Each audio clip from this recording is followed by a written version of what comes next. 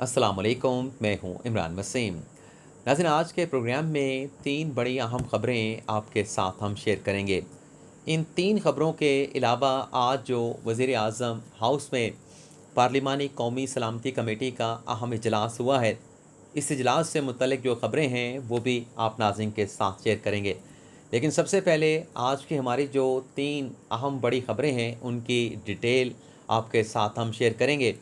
इन ख़बरों की डिटेल में जाने से पहले उन दोस्तों से दरख्वास्त करेंगे जिन्होंने अभी तक चैनल को सब्सक्राइब नहीं किया, वो चैनल को सब्सक्राइब कर लें और बेल आइकॉन का बटन भी ज़रूर प्रेस करें।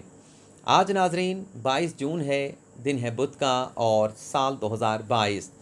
पहली ख़बर में आपको ये बताएंगे कि वज़ीर ख़ज़ाना मिफ्ता इस्माइल की बरतरफ़ी और साबिक़ वज़ीर ख़ज़ाना इसहाक़ डार की पाकिस्तान वापसी का मामला क्या है। ख़बर नाज़रीन यह है कि जब से इमरान ख़ान के ख़िलाफ़ अदम एतमाद की तहरीक कामयाब हुई और इस तहरीक के कामयाब होने के बाद शहबाज शरीफ पाकिस्तान के वज़ीर आज़म मुंतखब हुए और वज़ीर आज़म बनने के बाद नाज़रीन जिस दिन शहबाज शरीफ की तरफ से मिफ्ता इस्माइल साहब को वज़ारत ख़ज़ाना का कलमदान सौंपा गया, नाज़रीन उस दिन से लेके आज के दिन तक मिफ्ता साहब की जो कारकर्दगी रही है, उस कारकर्दगी ने नाज़रीन सबको मायूस किया है। यानी मिफ्ता इस्माइल की कारकर्दगी से हुक्मरान इत्तेहाद में जो सियासी जमातें हैं, जिसमें मिफ्ता इस्माइल साहब की अपनी पेरेंट सियासी जमात मुस्लिम नवाज़ हो गई, पाकिस्तान पीपल्स पार्टी हो गई, मौलाना फजल रहमान की जमात हो गई और इसके अलावा जो हुक्मरान इत्तेहाद की दीगर इत्तेहादी जमातें हैं, जिसमें MQM है, जिसमें बाप पार्टी है, ये तमाम जो सियासी जमातें हैं वो अब तक की मिफ्ता इस्माइल की कारकर्दगी से मुतमिन नहीं थी और इसके साथ साथ पाकिस्तान के अवाम की तरफ से भी तशवीश का इजहार किया जा रहा था। जिस तरह के बयानात दिए गए, जिस तरह की अब तक की कारकर्दगी रही मिफ्ता इस्माइल साहब की, तो अब नाजरीन ये ख़बरें सामने आ रही हैं कि जल्द जो है साबिक़ वज़ीर ख़ज़ाना इसहाक़ डार की पाकिस्तान वापसी होगी। और ये जो नाज़रीन इसहाक़ डार की वापसी की ख़बरें हैं, सबसे पहले इस खबर को ब्रेक किया गया हमारे सीनियर सहाफ़ी मुबशर ज़ैदी की जानिब से, जिन्होंने एक ट्वीट करके ये बताया कि पाकिस्तान में जो इसहाक़ डार के इकनॉमिक्स हैं, उनकी जो पॉलिसियाँ हैं, वो पाकिस्तान में वापस आ रही हैं। ये नाज़रीन ग़ालिबन आज कोई 2 बजे के करीब जो है वो मुबशर ज़ैदी साहब ने ट्वीट किया और उनके इस ट्वीट को नाज़रीन कोट किया गया इसहाक़ डार की तरफ से और इस ट्वीट करने के ऊपर इसहाक़ डार ने मुबशर ज़ैदी का शुक्रिया भी अदा किया। इसके बाद नाज़रीन मज़ीद कन्फर्मेशन भी हुई उनकी अपनी फैमिली की तरफ से, इसहाक़ डार के रिलेटिव की तरफ से, जिन्होंने इस बात का इजहार किया कि इंशाअल्लाह इसहाक़ डार की जल्द पाकिस्तान वापसी होगी। तो नाज़रीन ये जो इसहाक़ डार की ख़बरें सामने आ रही हैं पाकिस्तान वापसी की, इस खबरों से मुतल्लिक़ बताया जा रहा है कि जैसे इसहाक़ डार की पाकिस्तान वापसी होगी तो उनके पाकिस्तान वापस आने के बाद मिफ्ता इस्माइल साहब से जो वज़ारत ख़ज़ाना का कलमदान है वो वापस ले लिया जाएगा और कहा जा रहा है कि हो सकता है कि उन्हें किसी दूसरी वज़ारत में जो है वो एडजस्ट किया जाए। और फिर बताया जा रहा है कि इसहाक़ डार पाकिस्तान वापस आके बतौर जो सेनेटर हैं वो अपना हल्फ़ उठाएंगे और सेनेटर का हल्फ़ उठाने के बाद उन्हें वज़ारत ख़ज़ाना का कलमदान जो है वो सौंप दिया जाएगा और फिर उसके बाद जो माशी पॉलिसियाँ हैं वो मिफ्ता इस्माइल की नहीं बल्कि इसहाक़ डार की माशी जो पॉलिसियाँ हैं उस पर जो है वो काम शुरू हो जाएगा। तो ये पाकिस्तान की मईशत से मुतल्लिक़ बड़ी ख़बर है। अब देखते हैं कि इसहाक़ डार की पाकिस्तान वापसी जो है वो कब होती है। दूसरी जो नाज़रीन हमारी ख़बर है वो साबिक़ चेयरमैन नैब जैसे रिटायर्ड जावेद इकबाल साहब से मुतल्लिक़ है, बल्कि उनके लिए एक बुरी ख़बर है। ख़बर नाज़रीन है कि आज पब्लिक अकाउंट कमेटी का अहम इजलास हुआ चेयरमैन नूर आलम ख़ान की सरबराही में। इस इजलास में नाज़रीन नूर आलम ख़ान ने जो कमेटी के अरकान थे PAC के, उन्हें ये बताया कि उन्हें एक ख़ातून की जानिब से ख़त जो है वो भेजा गया है, जिसमें ये कहा गया है कि जो साबिक़ चेयरमैन नैब हैं जैसे रिटायर्ड जावेद इकबाल और जो DG नैब हैं सलीम शहज़ाद, उनके ख़िलाफ़ कार्रवाई करने की इस्तदा की गई है। अब ये ख़ातून कौन है ये सब जानते हैं, जो लोग सोशल मीडिया पे मौजूद है, जो ख़बरों को देखते हैं परखते हैं। ये नाज़रीन ख़त लिखा गया है तैयबा गुल की जानिब से, जिनका एक स्कैंडल भी मुबैना तौर पे सामने आया था साबिक़ चेयरमैन जैसे रिटायर्ड जावेद इकबाल के साथ और फिर उन वीडियोज़ के सामने आने के बाद तैयबा गुल का इंटरव्यू भी आया। अभी हालिया दिनों में उन्होंने इंटरव्यू दिया है जिसमें उन्होंने कहा कि मैंने वो वीडियोज़ बनाई थी, इंसाफ लेने के लिए बनाई थी और मैंने इमरान ख़ान से रिजू किया था। वो वीडियोज़ मैंने उनका जो एक पोर्टल था वहाँ पे भिजवाई थी, लेकिन फिर तैयबा गुल ने इल्ज़ाम लगाया कि बजाय इसके कि मुझे उन वीडियोज़ के ज़रिए इंसाफ मिलता, इमरान ख़ान साहब ने उन वीडियोज़ को इस्तेमाल किया, ब्लैकमेल किया साबिक़ चेयरमैन नैब को, जस्टिस रिटायर्ड जावेद इकबाल को, और जो उनके अपने केसेस थे उन केसेस को नैब से ख़त्म करवाया गया।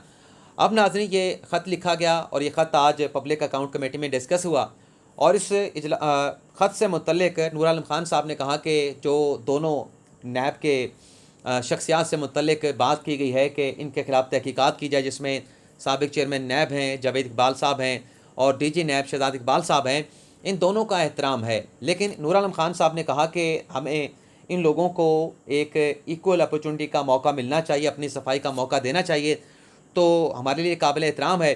तो आज के इजलास से मुतल्लिक़ ख़बर यह सामने आई है कि तैयबा गुल के इस ख़त के ऊपर नैब से जो है वो मुफस्सल रिपोर्ट जो है, जवाब जो है वो तलब कर लिया गया है। तो ये तो नाज़रीन आज की हमारी 2 ख़बरें होगी। अब आ जाते हैं आज जो एक नाज़रीन निजी होटल में पाकिस्तान तहरीक इंसाफ का एक सेमिनार हुआ रजीम चेंज से मुतल्लिक़।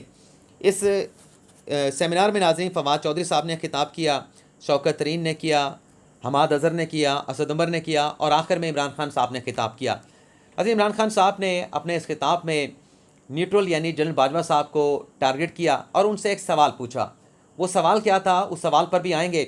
लेकिन नाज़रीन फवाद चौधरी साहब ने जो खिताब किया है उसमें उन्होंने कहा कि जो साइफ़र है, जो गैर मुल्की मरासला है, उसकी सुप्रीम कोर्ट से तहकीकात होनी चाहिए। आज नाज़रीन तहरीक इंसाफ जो है वो सुप्रीम कोर्ट से तहकीकात का मुतालबा कर रही है। अब सवाल ये पैदा होता है कि जब इनके पास ये साइफ़र आया था, जब ये गैर मुल्की मरासला आया था, तब तो तहरीक इंसाफ ने सुप्रीम कोर्ट से तहकीकात करवाने के लिए कोई ख़त नहीं लिखा था, बल्कि हमें अच्छी तरीके से याद है, आप देखने वालों को भी याद होगा कि बजाय इसके कि अगर इसमें वाकई को गैर मुल्की साजिश का मामला था, जैसे साबिक हुकूमत के साबिक रहनुमा समझते हैं, तो फिर सुप्रीम कोर्ट को तो कोई ख़त नहीं लिखा गया। सुप्रीम कोर्ट पर अगर इतना एतमाद था तो सुप्रीम कोर्ट को ख़त लिखा जाता। लेकिन हमें याद है कि बजाय इसके कि सुप्रीम कोर्ट को ख़त लिखते, एक साबिक फ़ौजी की सरबराही में कमीशन बनाने का ऐलान किया गया था कि वो फ़लाँ जो फ़ौजी है जो हमारे मुतल्लिक पीटीआई की सपोर्ट में ट्वीट करते हैं, उनसे तहकीकात करवाने का फ़ैसला किया गया था। तो अगर आपको शफाफ तहकीकात चाहिए थी और अगर आपकी इंटेंशन ठीक थी, तो फिर आप उस वक्त सुप्रीम कोर्ट के चीफ जस्टिस को लिखते, इस मामले की तहकीकात करवाते। तो आज जब हुकूमत चेंज हो गई है, तो आज किसी प्राइवेट किसी साबिक रिटायर्ड जज से तहकीकात करवाने की बजाय अब सुप्रीम कोर्ट से तहकीकात करवाने का मुतालबा किया जा रहा है। शौकत तरीन साहब ने भी खिताब किया और शौकत तरीन साहब ने कहा कि मुख्तदर हलकों से मेरा ये सवाल है कि हमें क्यों हटाया, और फिर उन्होंने कहा कि अभी भी मामला जो है वो बिगड़ा नहीं है, अभी भी वक्त मौजूद है, अभी भी मोहलत मौजूद है। और उन्होंने हल ये बताया कि इस मामले का हल ये है कि मुल्क में दोबारा से इंतखाबात करवा दिए जाएँ। अब मुझे समझ नहीं आती, अगर मुल्क में दोबारा इंतखाबात हो जाएँ तो साइफ़र का मामला कैसे ख़त्म हो जाएगा, गैर मुल्की साजिश का मामला कैसे ख़त्म हो जाएगा। लेकिन बहरहाल बयानात दिए जा रहे हैं, लेकिन उसके सपोर्ट में कोई दलील नहीं है। इसके बाद नाज़रीन खान साहब ने खिताब किया और खान साहब ने सवाल किया। वो सवाल क्या था और उस सवाल का जवाब क्या है, वो भी जो कानूनी आइनी सवाल बनता है, वो जवाब आपके सामने हम रखेंगे। नाज़रीन खान साहब ने सवाल किया कि अगर घर पे डाका पड़ जाए तो क्या न्यूट्रल, क्या जो चौकीदार है क्या उसको न्यूट्रल रहना चाहिए। ये नाज़रीन एक अमूमी नोयत का सवाल जो खान साहब मुख्तलिफ़ तकरीबात में पूछ लेते हैं। अब इसका जवाब ये बनता है जो कानूनी और आइनी बनता है, अगर तो घर खान साहब का अपना है और गार्ड को पैसे भी खान साहब अपनी जेब से देते हैं, फिर तो उस चौकीदार को बिल्कुल न्यूट्रल नहीं रहना चाहिए। खान साहब अपनी जेब से उस गार्ड को पैसे अदा करते हैं, तो घर पे खान साहब के घर पे डाका पड़ता है, तो उस चौकीदार को खान साहब के घर की हिफाजत के लिए न्यूट्रल नहीं बल्कि अपनी जान की बाजी पे लगा देनी चाहिए। लेकिन सवाल का जवाब यह है जो खान साहब ने उठाया है कि जिस घर की वो बात कर रहे हैं, ज़ाहिर सी बात है कि वो वज़ारत उज़्मा की बात कर रहे हैं, वो वज़ीर आज़म हाउस की बात कर रहे हैं, वो वज़ीर आज़म ऑफिस की बात कर रहे हैं। अब इस घर का जो मकीन होता है वो कैसे आता है? इस घर का मकीन नाज़रीन पाकिस्तान के आइन के मुताबिक, पाकिस्तान के कानून के मुताबिक ऐसे आता है कि जिस शख्स को कौमी असम्बली में अक्सरियत हासिल होती है, वो अक्सरियत अपने वज़ीर आज़म का इंतखाब करती है। लेकिन इमरान खान साहब तो कौमी असम्बली में अपनी अक्सरियत खो बैठे थे और अक्सरियत खोने की बिना पर उन्हें वज़ारत उज़्मा जो है वो छोड़नी पड़ी, वज़ीर आज़म ऑफिस जो है वो छोड़ना पड़ा। तो ये जो खान साहब घर की बात करते हैं, तो इस घर के मकीन का इंतखाब जो है वो पाकिस्तान के अवाम अपने मुंतखब नुमाइंदों के ज़रिए करते हैं। आज भी खान साहब के पास अगर मेजॉरिटी है, जो इत्तेहादी जमातें उनकी काफ लीग और बाप पार्टी छोड़ के आज हुक्मरान इत्तेहाद के साथ बैठे हैं, खान साहब उनके साथ बात करें, उनको कन्विंस करें, अपने साथ मिला के दोबारा से वो हुकूमत हासिल कर सकते हैं। और ये नाज़रीन हुकूमत तब्दील हुई है वोट ऑफ नो कॉन्फिडेंस के ज़रिए, ये रास्ता भी पाकिस्तान का दस्तूर फराम करता है, पाकिस्तान का आइन फराम करता है। लेकिन खान साहब इस तरह की अमूमी नोयत की बात करके पाकिस्तान के जो आर्मी चीफ हैं, जिन्हें वो न्यूट्रल न्यूट्रल कह के मुखातब करते हैं, अब तो पाकिस्तान का बच्चा बच्चा जानता है कि जब न्यूट्रल की बात करते हैं तो उनका जो मुखातिब होता है वो army chief general Qamar Javed Bajwa साहब होते हैं। फिर उन्होंने कहा, जो चौकीदार की बात की कि चौकीदार को न्यूट्रल नहीं रहना चाहिए, तो ये जो न्यूट्रल की बात कर रहे हैं, तो नाज़रीन पाकिस्तान के अवाम जब से 75 साल पाकिस्तान को बने हुए हैं, जो पाकिस्तान की अवाम है, जो जमहूरी सोच रखते हैं, जो जमहूरी रहनुमा हैं, जो जमहूरी सियासतदान हैं, जो सिविल सोसाइटी के जमहूरी सोच रखने वाले लोग हैं, उनका इस चौकीदार से एक ही मुतालबा है कि आप तनख्वाह पाकिस्तान के अवाम के पैसों से लेते हैं और आपकी ज़िम्मेदारी बेसिक ये है कि आपने पाकिस्तान की जो सरहदें हैं उनकी हिफाजत करनी है, और आपने ना सिर्फ पाकिस्तान की सरहदों की हिफाजत करनी है, आपका सियासत में किसी किस्म का कोई किरदार नहीं होगा। तो ये 75 साल से न्यूट्रल से, फ़ौज से पाकिस्तान के अवाम का मुतालबा चला आ रहा है। तो आज अगर फ़ौज ने सियासत से दूरी अख्तियार कर ली है, सियासत से दूर रहने का फ़ैसला किया है, तो खान साहब मेरे ख्याल में तारीख़ के वाहिद लीडर होंगे जो फ़ौज से कह रहे होंगे कि आप सियासत में मदाखलत करके मुझे दोबारा इक़्तिदार में लेके आएँ। अगर आप खान साहब की अपनी सियासी हिस्ट्री निकाल के देखें तो 2008 से पहले या 2008 तक खान साहब खुद कहते रहे कि फ़ौज को न्यूट्रल होना चाहिए, और ख़ान साहब खुद क्रेडिट लेते हैं कि क्रिकेट में मैंने न्यूट्रल का जो अंपायर है उसको मुतारफ़ करवाया। और नवाज शरीफ को शिकवा करते हैं, नवाज शरीफ को हदफ़ तनकीद बनाते हैं कि नवाज शरीफ अंपायर को साथ मिला के इक़्तिदार में आता है। तो आज वही बात खान साहब, वही कोशिशें खान साहब कर रहे हैं कि न्यूट्रल को साथ मिलाया जाए, फ़ौज को साथ मिला के सियासत में उनकी मदाखलत करवाई जाए ताकि उन पर आर्टिकल 6 का मुकदमा बने और मैं इक़्तिदार में आ जाऊँ, ये खान साहब चाह रहे हैं। अच्छा, खान साहब ने कुछ और सवालात भी उठाए। एक खान साहब ने कहा कि मैंने नमल यूनिवर्सिटी बनाई, मैंने वहाँ पे मेरिट पे तकर्रियाँ की, तो उस्मान बुज़दार साहब को जो पंजाब का वज़ीर आला लगाया, तो खान साहब क्या इस सवाल का जवाब देंगे कि बुज़दार का क्या मेरिट था और आपने उनको 3.5 साल तक पंजाब का वज़ीर आला बना के रखा?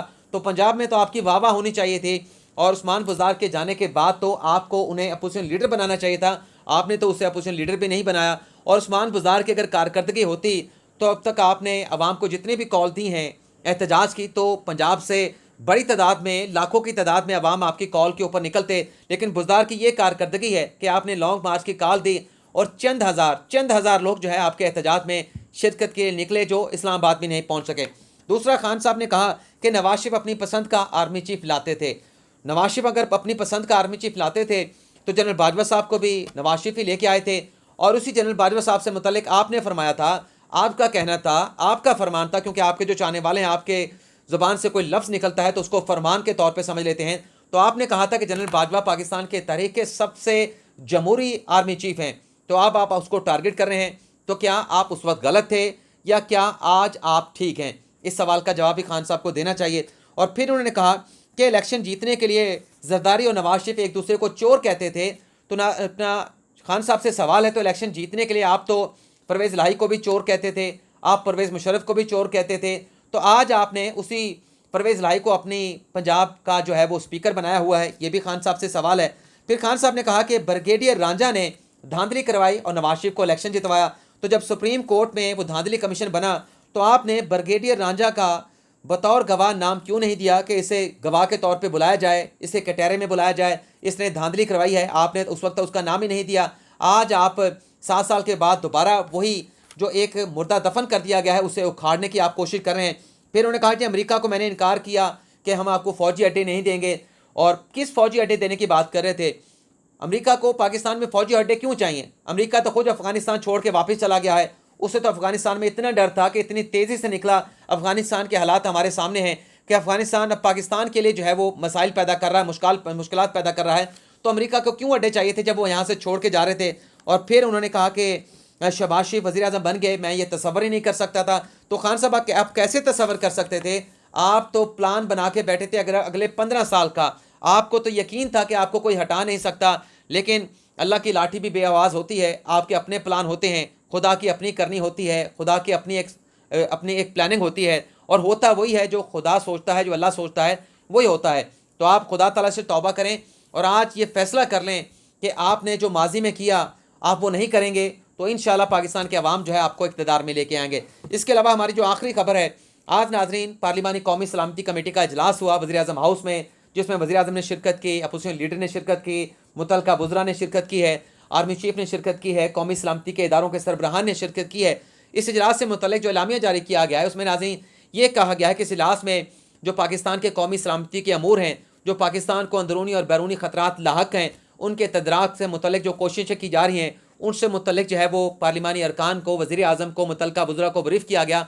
और फिर ये कहा गया कि तालिबान के साथ जो पाकिस्तान के मुज़ाकरात चल रहे हैं, जो भी मामला होगा मुज़ाकरात से मुतल्लिक, कौमी सलामती के अमूर से मुतल्लिक, पाकिस्तान को जो अंदरूनी और बैरूनी ख़तरात लाहक हैं, जो भी फैसला किया जाएगा वो कौमी क़यादत और पार्लियामेंट से मंजूरी के साथ किया जाएगा।